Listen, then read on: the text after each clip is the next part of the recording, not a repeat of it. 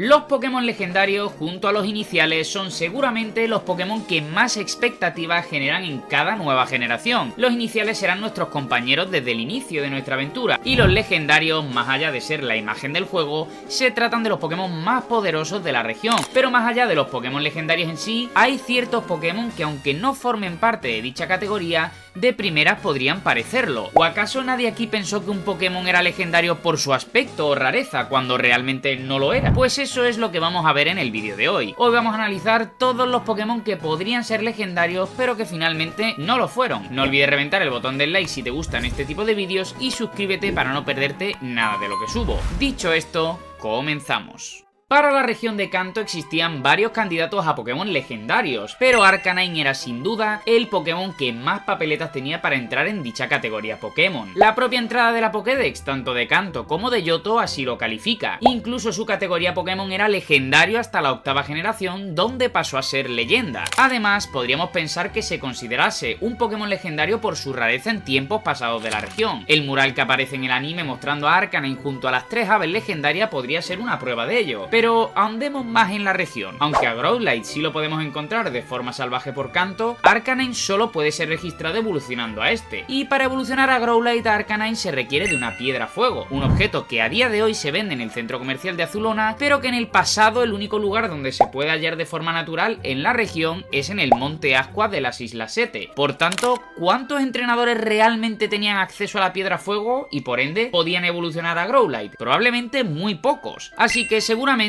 Arcanine en el pasado se considerase un Pokémon legendario en la región de Kanto, dada la rareza de toparse con uno y por su aspecto majestuoso. Sin embargo, con el paso de los años y sobre todo las facilidades para obtener una piedra fuego, comenzaron a verse con más frecuencia por la región y se consideró un Pokémon común. Mención honorífica a Gyarados, otro Pokémon que pensé que por aspecto, inspiración y poder estaba entre los candidatos. Un Pokémon capaz de destruir ciudades y sembrar el caos, que tiene una fuerte inspiración en el dragón chino y en la famosa historia de la carpa salta sobre la puerta del dragón.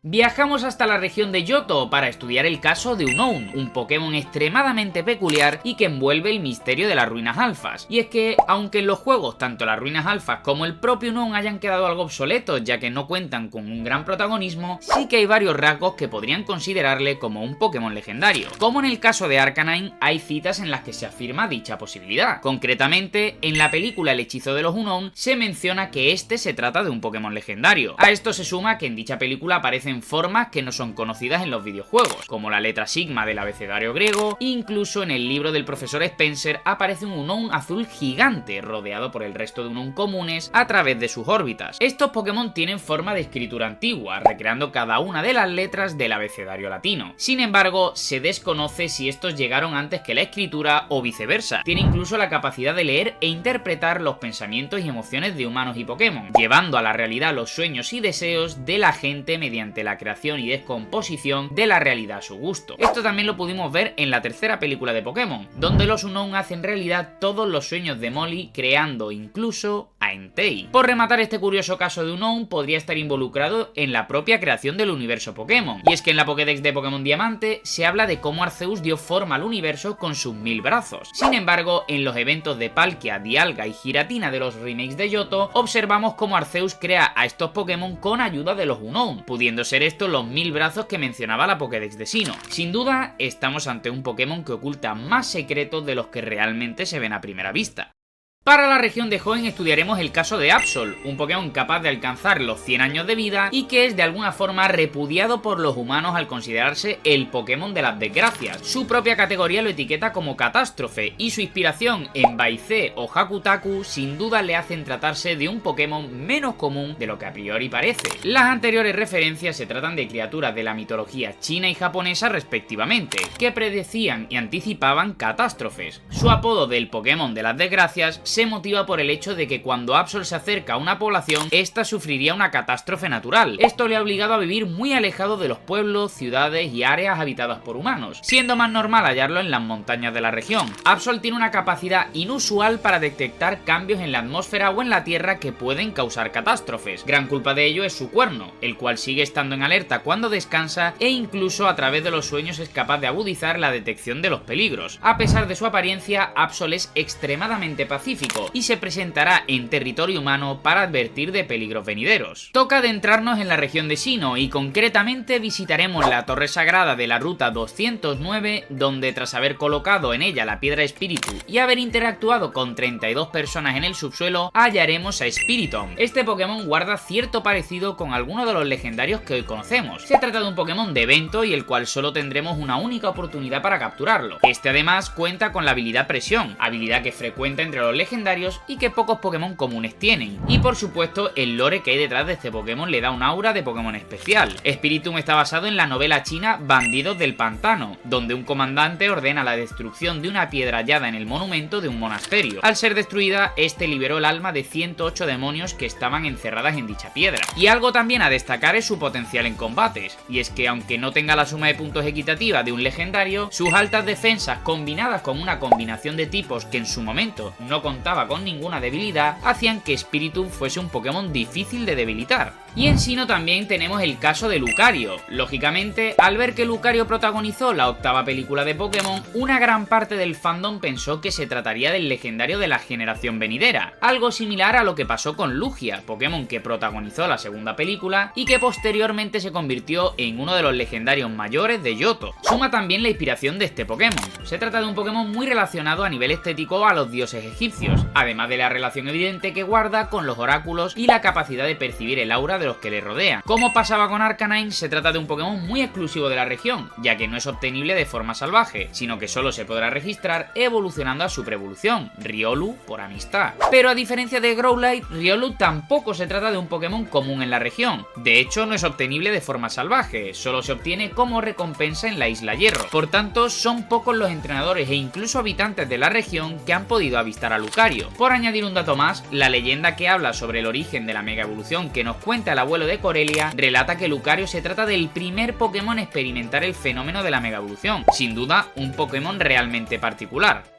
Llegamos a la quinta generación para estudiar el caso de la Ira del Sol, popularmente conocido como Volcarona. Varias entradas de la Pokédex hablan de que se cree que Volcarona se trata de la reencarnación del Sol en la Tierra, algo que lo aleja de un Pokémon común. En el pasado, cuando la superficie de la Tierra fue cubierta por ceniza volcánica, Volcarona actuó como Sol y evitó la desaparición de muchas especies Pokémon. Su apodo, la Ira del Sol, viene dado al temor que la gente le tenía por su capacidad de generar grandes incendios y consumir todo el oxígeno de su alrededor. Sin embargo, otras leyendas hablan de que este Pokémon surgió de un capullo en llamas para rescatar a humanos y Pokémon del frío extremo, convirtiéndose en la reencarnación del Sol en la Tierra. De ahí que en las regiones más frías se le venere como una deidad. Parecido a los casos de Arcanine o Lucario, Volcarona se trata de un Pokémon extremadamente complejo de avistar y obtener. A pesar de sí poder encontrarlo de forma salvaje, solo existe un ejemplar estático en el castillo ancestral, algo que lo acerca al modus operandi de los legendarios. Y en cuanto a su evolución larvesta, es un caso parecido al de Riolu, ya que solo podremos registrarlo eclosionando el huevo que nos regalan en la ruta 18.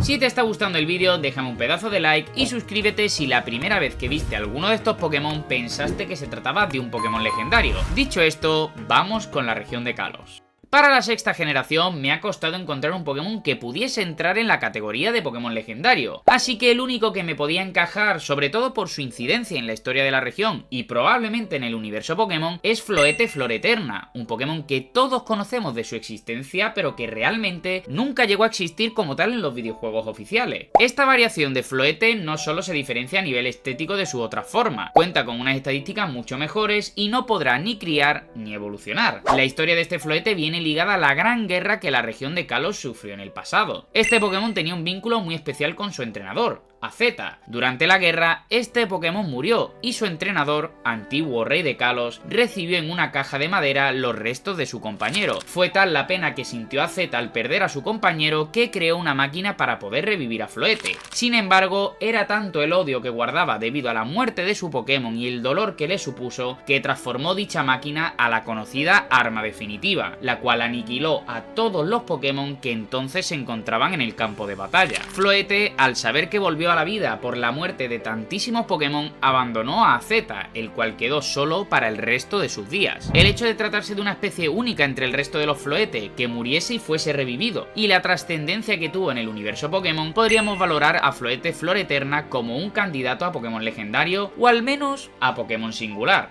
Lamentablemente, ni en Alola ni en Galar he podido encontrar Pokémon que me dieran esa sensación de ser Pokémon legendarios. Lógicamente en Alola los ultraentes ocuparon de alguna forma ese puesto de Pokémon de extrema rareza, y en el caso de Galar, más allá de los propios legendarios o el pseudo legendario de la región, tampoco me convencieron las opciones.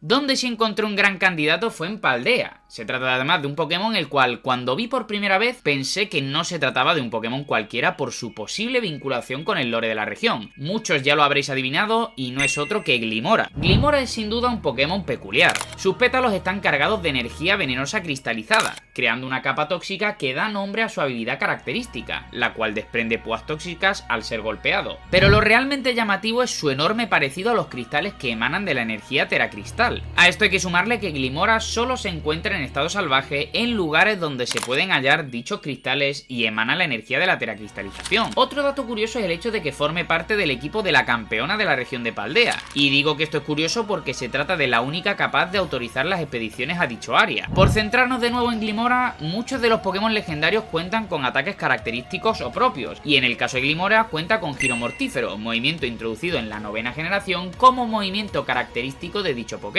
Y una teoría algo más personal podría ser que alguna forma paradoja de Glimmora pudiese tener una relación más directa con todo lo que rodea el Área Cero y el fenómeno del Teracristal. Y es que si Ciclizar no es legendario, pero sus formas paradojas sí lo son, quién sabe si existe alguna forma paradoja de Glimmora que fuese considerado en su momento como un Pokémon legendario. De paso hacemos mención especial a Ciclizar, Pokémon que en su forma pasada y en su forma futura es legendario, pero que en su forma del presente no lo es. Está claro que es un Pokémon diferente por su relación con los legendarios principales de la generación, pero se trata de un Pokémon demasiado común en la región para considerarlo como tal. Y estos son los Pokémon que pudieron ser legendarios pero que finalmente no lo fueron. Estoy seguro que a muchos se os ocurren otros tantos, por lo que estaré encantado de leer vuestras opciones en los comentarios. No olvides reventar el botón del like si te ha gustado el vídeo, suscríbete para hacerme saber que te gusta el contenido de mi canal y hazte miembro para ganar ciertas ventajas y apoyar el contenido. Nos vemos en el próximo vídeo. Adiós.